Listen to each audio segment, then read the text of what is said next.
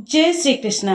प्रिय श्रोताओं, आइए सुनते हैं अधिक मास कृष्ण पक्ष की संकष्टी गणेश चतुर्थी व्रत की कथा।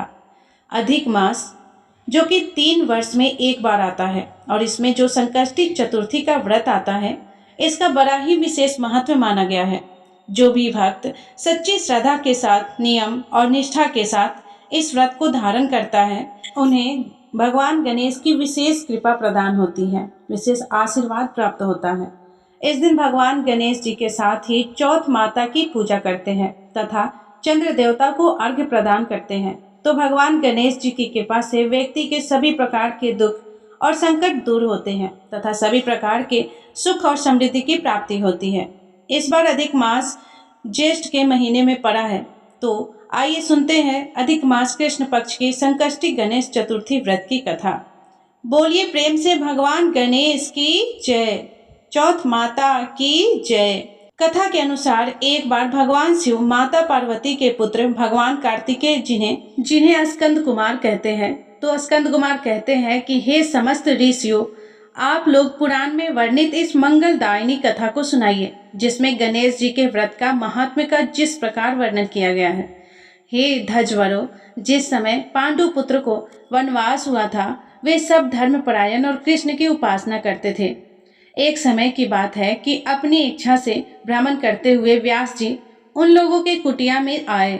व्यास मुनि को देखकर सभी पांडव क्रमबद्ध हो और उनके सम्मुख खड़े हो गए और कहने लगे, आपके दर्शन कर हम बहुत धन्य हुए, साथ ही मेरी कुटिया भी धन्य हुई।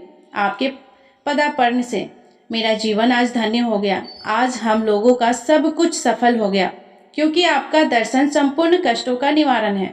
आपने मेरी कुटिया में पदार्शन किया है, अतः हम लोग आपका स्वागत करते हैं। हम लोग राजपूत होकर आज अपने को धन्य मान रहे हैं। ऐसा कहकर पांचों पांडव भीमसेन, युधिष्ठिर, अर्जुन, नकुल और सहदेव उन्हें प्रणाम कर उनके सामने खड़े हो गए।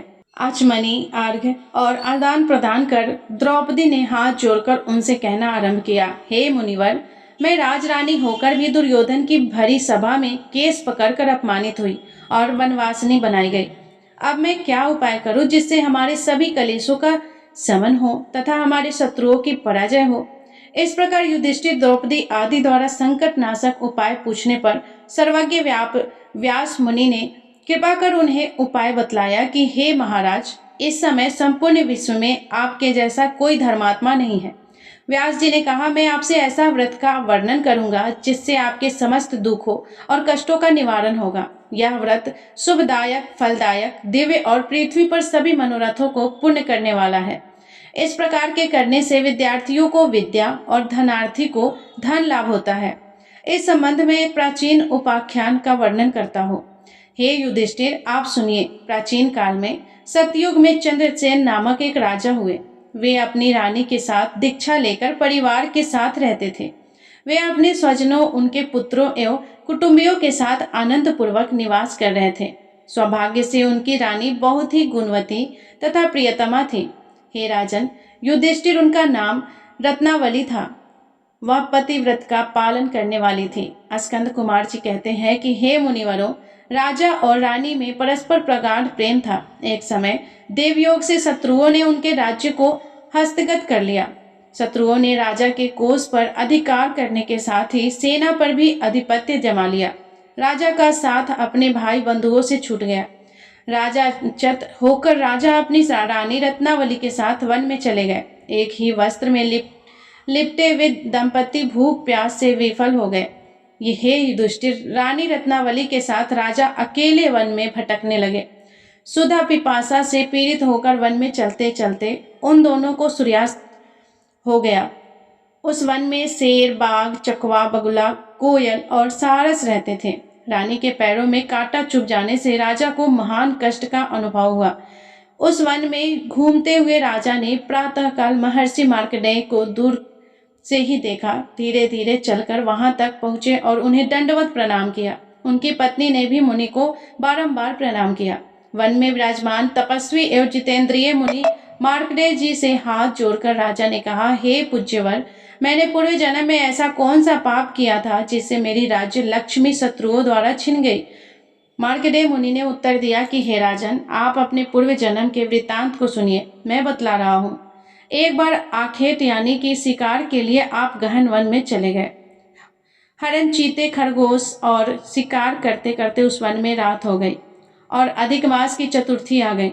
उस वन में आपने एक सुंदर सरोवर देखा और उसके किनारे लाल रंग की साड़ी पहने हुए नाम कन्याओं को देखा। वे सब गणेश जी की पूजा कर रहे थे। यह देखकर आपको बड़ा आश्चर्य हुआ। आपने वहां पहुंचकर ही बड़ी नम्रता पूर्वक पूछा कि हे स्वर्गगामिनी देवियों, गणेश जी की पूजा कैसे करनी चाहिए, मुझे बतलाइए। हे ललनाओं, इसका प्रभाव बतलाइए, क्योंकि मैं भी पूजन करना चाहता हूँ। नाग कन्याओं ने उत्तर दिया कि आप गणेश जी की पूजा करिए, इससे संपूर्ण सिद्धियां प्राप्त होगी और नित्य ही शांति, पुष्टि, सुख, संतान एवं धन की वृद्धि होती है। राजा ने पूछा कि हे महिलाओं, गणेश जी की पूजा किस महीने में और किस तिथि को करनी चाहिए? इसमें किस वस्तु का दान देना चाहिए? इस पूजन की क्या विधि है, आप मुझसे कहिए। नाग कन्याओं ने उत्तर दिया कि हे राजधिराज, अधिक मास के कृष्ण पक्ष की चतुर्थी को चंद्रोदय होने पर विधि पूर्वक विघ्न विनाशक गणेश जी की पूजा करनी चाहिए। अपनी सामर्थ्य के अनुसार भक्ति भाव से पूजन करें। गणेश जी को पंचामृत से नहलाकर लाल पुष्प चढ़ावे, गंध, धूप, दीप, नैवेद्य, 2 वस्त्र, सुगंधित द्रव्य चढ़ाए, घी, चीनी से बने हुए 15 लड्डू का भोग लगाइए। इसमें से 5 लड्डू गणेश जी को अर्पण करें और 5 ब्राह्मण को दान में दें। कुमारी कन्याओं को बड़े देकर बाद में स्वयं भोजन करें। गणेश जी की प्रसन्नता के निमित्त समस्त सामग्री गणेश जी को अर्पित करें। तत्पश्चात पुराणोक्त कथा को सुने। ऐसा करने से मनुष्य की सभी इच्छाएं पूरी होती है, यानी कि सभी प्रकार के मनोरथ की सिद्धि प्राप्त होती है एवं समस्त सिद्धियों की प्राप्ति होती है। गणेश जी के पूजन की विधि यही है। नाग कन्याओं की बातें सुनकर राजा ने उन्हें बारंबार नमस्कार किया। इस प्रकार राजा ने वहां गणेश जी का व्रत का मन में संकल्प करके सरोवर के तट पर जाकर गणेश जी का ध्यान किया और वहां से चले गए। इसके प्रभाव से गणेश जी आप पर प्रसन्न हो गए और आपको पुत्र, स्त्री, धन, धान्य आदि से पुण्य कर दिया। आपके महल में रत्नों के हार, स्वर्ण, गौ, हाथी एवं घोड़े का अभाव न रहा, परंतु कुछ दिनों के बाद आप धन गर्वित होकर व्रत करना भूल गए। इसके अदंतर ही आप उस जन्म में मृत्यु को प्राप्त हुए। हे राजन, उस जन्म से जो पूजन किया था उनके प्रभाव से आपका नया जन्म राजवंश में हुआ और श्रीदय व्यक्ति की मित्रता, सुंदर नारी का समागम एवं सुंदर शरीर की प्राप्ति होने से धन मद में आकर आपने व्रत करना छोड़ दिया, जिसके कारण आपकी ऐसी दुर्गति हुई है।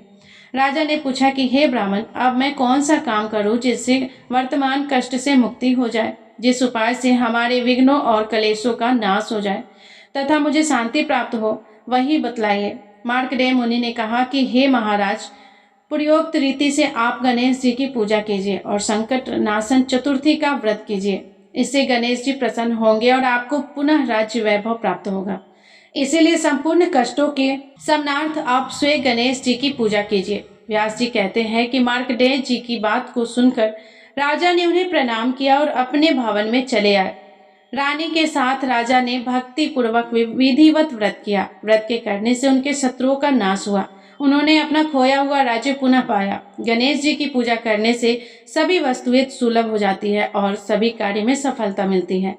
स्कंद कुमार जी कहते हैं कि व्यास जी के वचन को सुनकर महाराज युधिष्ठिर ने हाथ जोड़कर उनसे फिर पूछा कि हे कष्टों के दूर करने वाले महर्षि, इस चतुर्थी के व्रत की विधि बतलाइए। किस नाम से, किस मास में, किस प्रकार गणेश जी की पूजा करनी चाहिए?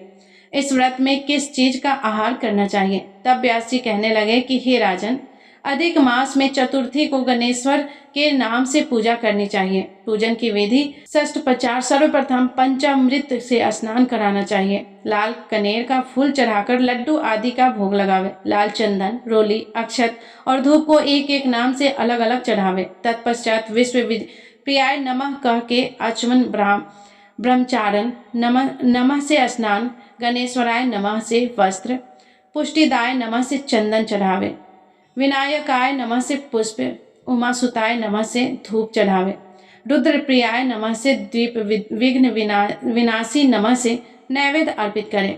फल दात्रे नमः से तांबुल, कष्ट नासिने नमः से फल चढ़ावे। इसके बाद विघ्न विनायक गणेश जी की प्रार्थना करें। हे सुंदर मुख वाले गणेश जी, मैं भाव बाधा से ग्रस्त, भय से पीड़ित और क्लेशों से संतप्त हूँ। आप मेरे पर प्रसन्न होइए। हे दुख दरिद्र के नाशक गणनायक जी, आप मेरी रक्षा करें।